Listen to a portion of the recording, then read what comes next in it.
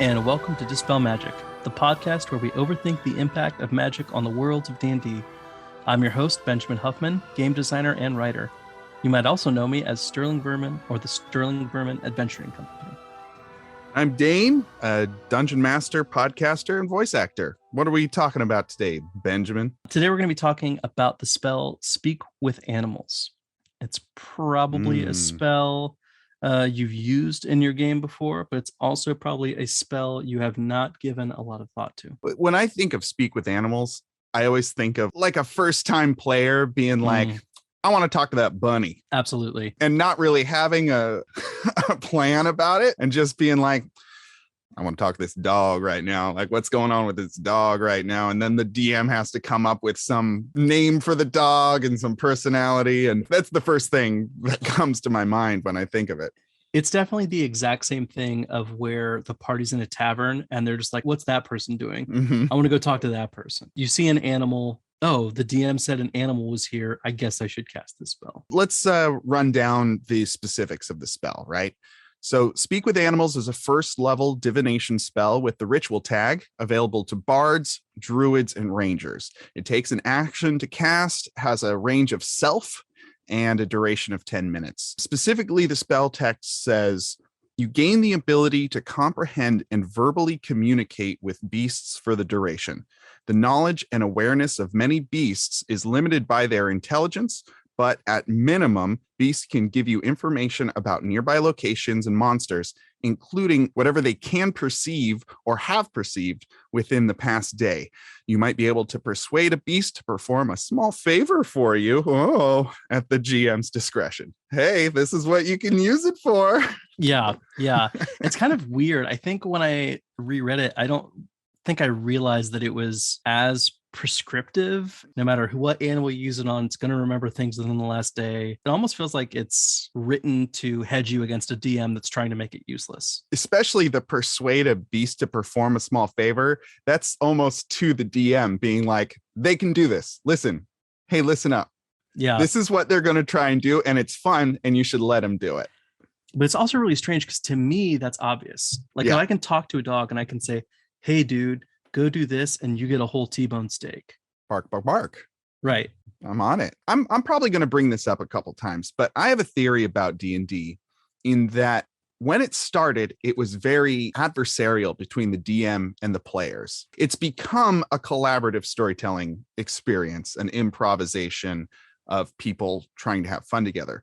But it seems to me, and I didn't play in the 80s. I wasn't born until the late 80s. It seems to me back then, it was like, who can outsmart who? Can the DM outsmart their players? Can the players outthink the DM? And this seems to be an artifact of that, where they're like, DMs, let them have fun. And then also players, you can have fun with this. This is some ways you can have fun with it, which isn't terrible. I think that being specific about your spells is fine. It invites people to play around with it.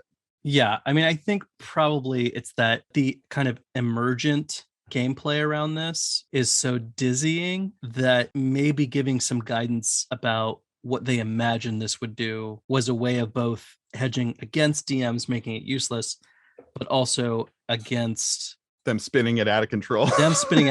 Which is pretty much the whole thing we're talking about today. Spinning it like way, way out of control. What's one way that you can see this spinning out of control, I guess? So we'll start small. The first thing I do want to just double back on, though, is that this is a ritual spell, which means that for ritual casters, this does not cost a spell slot. They can just basically have this up, most of a day. Like it takes them 10 minutes to cast a ritual, and then the duration is for 10 minutes. So basically half of every hour they can be talking to animals. Okay, so that's a lot of talking to animals every day. So that's important because in a world where Speak with Animals exists, basically means that every single animal is a spy.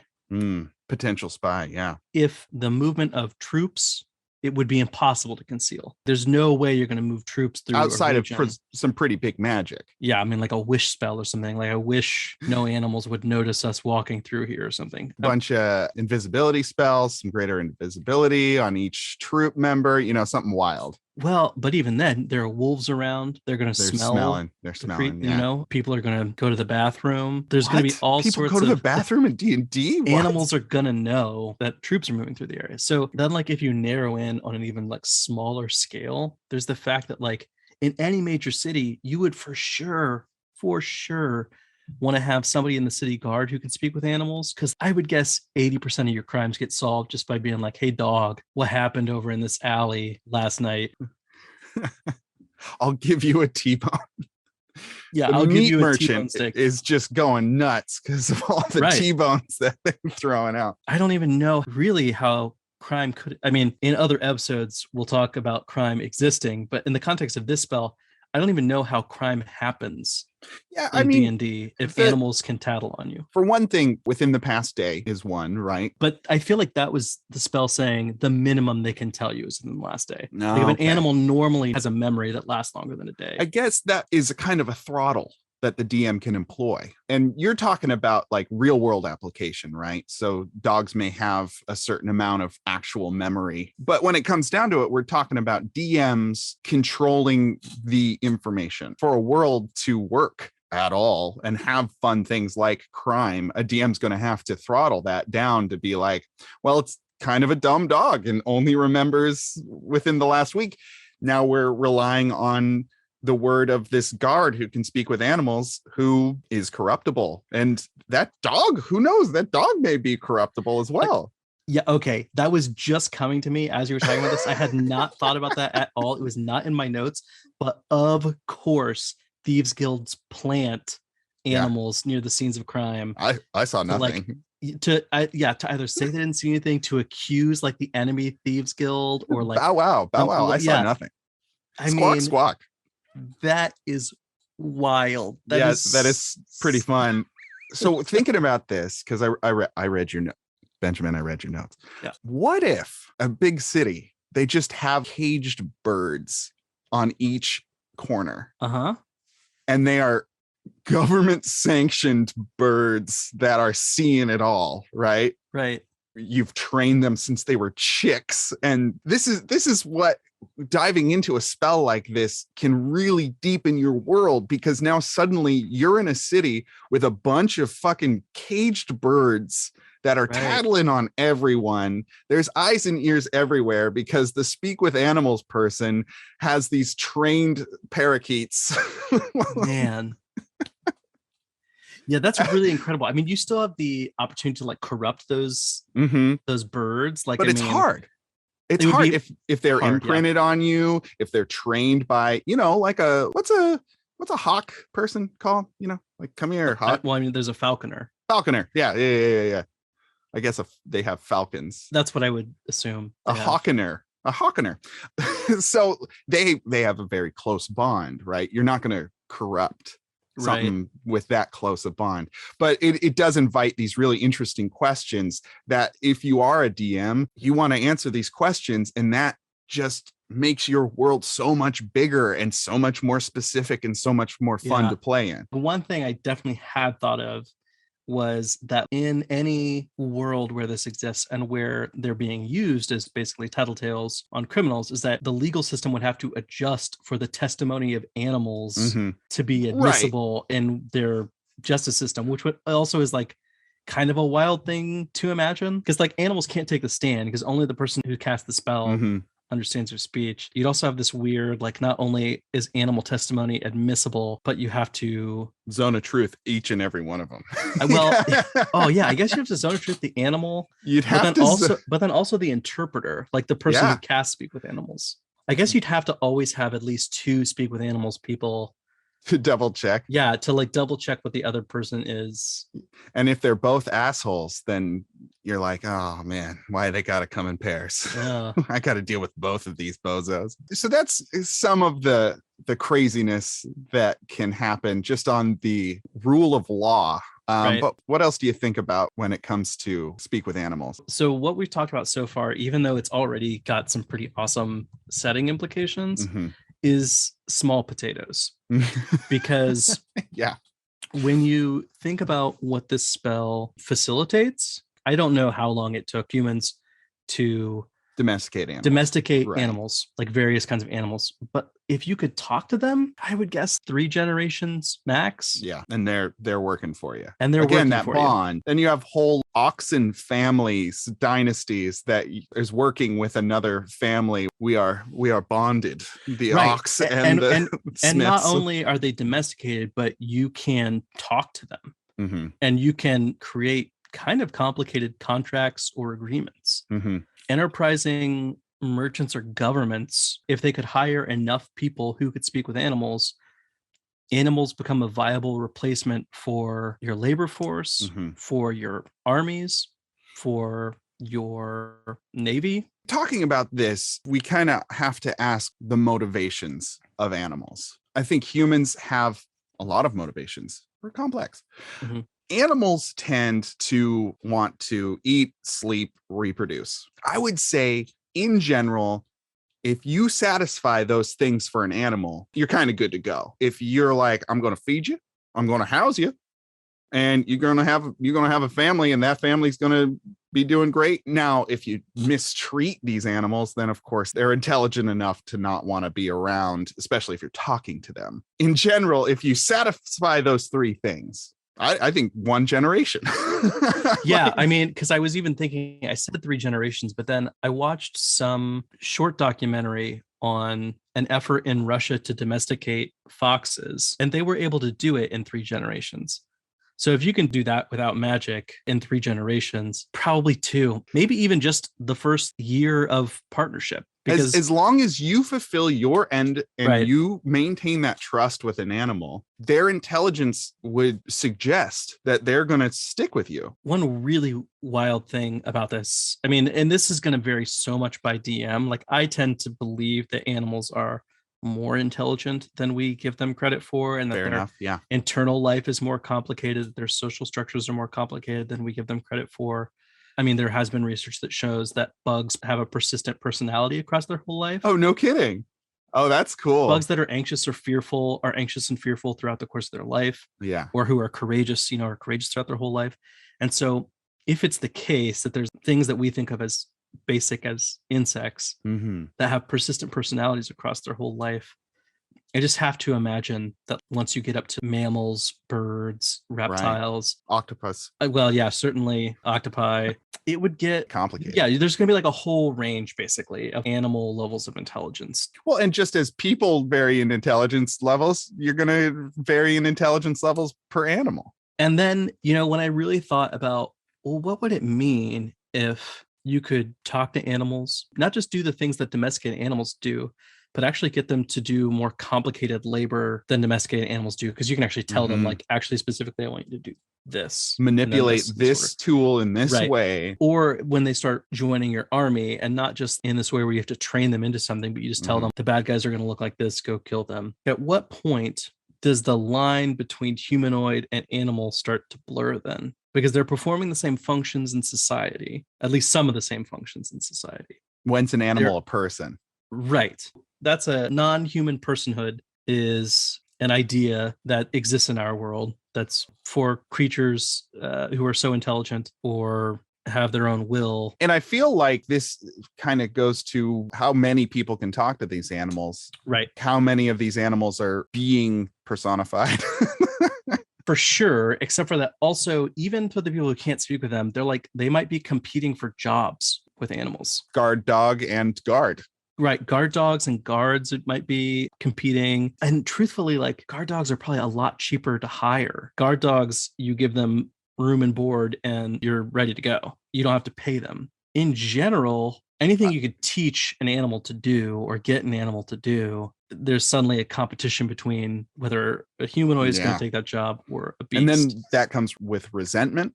That comes with people who are anti-animal all of a sudden. They're taking our jobs. So it gets very messy very quickly. And that's why I go back to the DM as the throttle. Our aim here is to spin this as out of control as we possibly can, right? We're thinking, if we take this to the nth degree, what can happen?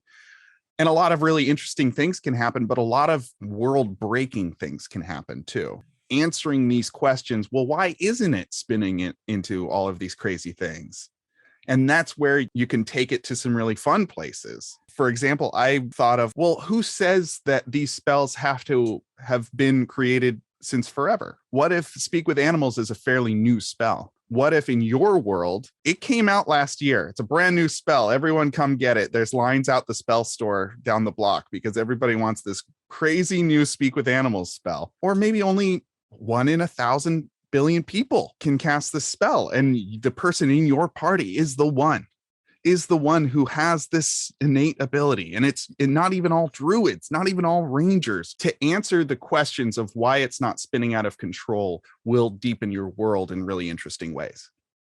Yeah, for some reason, it had never really occurred to me that spells exist in time, that like there can be a time before a spell exists. It goes without saying that they're always and forever and they're ancient, that these spells have always existed. But who's to say that they did? I think that is a really good way if you maybe agree with how, as a thought experiment, these things play out, and you just don't want to do that in your setting. It is an interesting way to have the spell exist, but to not have that kind of outcome.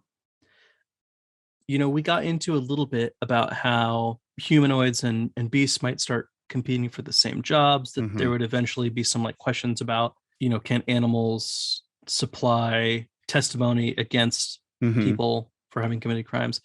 I think ultimately it would lead to a question of how integrated to make beasts into society. So there's the question of, you know, legal status as personhood, but then also like, are they citizens? Do they have full rights? And different kingdoms, different regions nearby might have different answers to those 100%, questions. Yeah. And so even beyond like conflict within a society, you would also have conflict between neighboring societies in terms of who they're willing to treat as a person and who they're not. And what maybe some kingdoms do completely outlaw the spell or really limit it because they don't want all these complications or disruptions. Sure. While the neighboring region is greatly benefiting from the fact that all their farming is being done by animals. I think it would be an interesting game where all animals have a higher intelligence. So they have their own societies. And then personhood is inherent. And then I see societies making coalitions with like the bears. And that's their martial superiority is suddenly because they have the bears on their side, which is a really fun concept in my mind.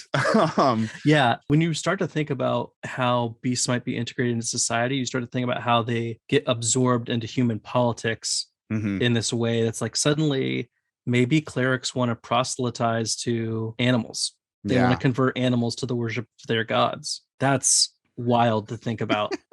That a clerik would literally go out and wild animals and give a sermon to like pigs or something to like try to convert them. Just different factions, different political groups. I don't think democracy is super common in the world of D&D, but you can imagine that there might be political parties that form or, you know, try to recruit at least animals. Political movements, right? Political movements, if not political parties. Yeah. You can for a really first go level down spell. the This is hole. wild. Yeah.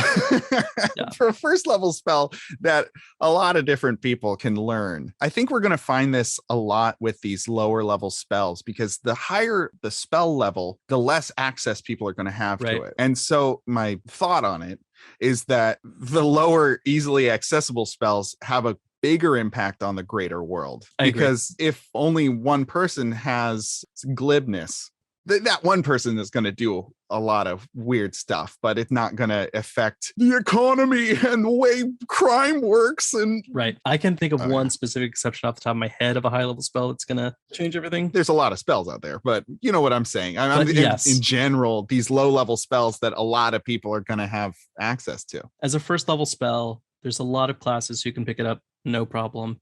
And there's also a lot of people who can pick it up through a feat or even maybe have access to it through a racial trait. Like I think furbolgs might be able to speak with animals, a limited kind of speak with beasts and plants. Those things understand your words, but you have no special ability to understand them in return. For sure. I mean, it still creates a lot of the same circumstances. So there is one last situation that I think is worth exploring on its own, which is just how much more impactful this is on coastal cities than inland. On the coast, though, you've got octopi and dolphins Mhm. that you could potentially recruit, like two of the smartest animals in the world. Dolphins have names for one another. They have sex for fun, for God's sakes. Exactly. Yeah.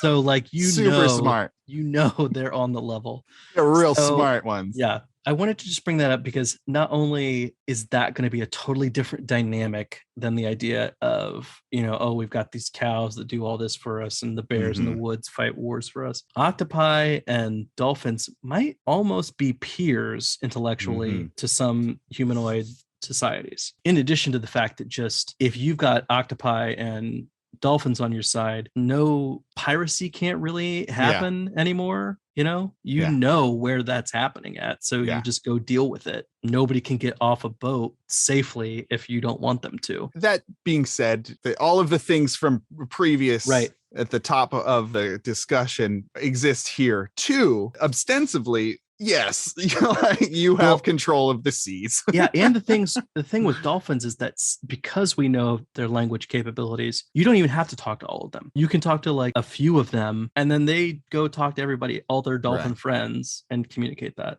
You get a whale to do your barges. They're just pulling. You got unmanned ships now. That's totally true. You don't even need to have sails or anything. You don't need sails anymore. You make a real sleek, easily pulled capsule. I mean, that's submarines. That would be so awesome to just speak with animals, be like, hey, whale, we're going to give you XYZ or whatever else. Yeah. You pull this like airtight capsule we were able to make under the sea. And you've invented submarines in your D&D world. Yeah. Unmanned Amazon drones, underwater Amazon drones to deliver your silks and your spices. That's wild. Well, Benjamin, I think that that covers a lot of bases. I'm sure there's other bases that we didn't even think of, but I think that'll probably wrap us up for this particular episode. Anything you want to say here at the end? I love this spell, and I'm like really excited to hear what our listeners have to say about whether any of this interests them to pursue or other ideas about how they think this spell might play out. Yeah, same. All right. Well, thank you everyone for listening. This has been Dispel Magic. We'll see you again after your next long rest.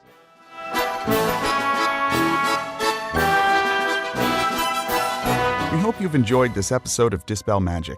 If this has inspired any ideas for your game, or you have another take on today's topic, please let us know on Twitter @DispelMagicPod. You can find Benjamin @SterlingVermin and Dane @DaneInDanger. Thank you to Slim Mittens for our cover art, produced by Benjamin Huffman, produced and edited by Dane Fox-McGraw.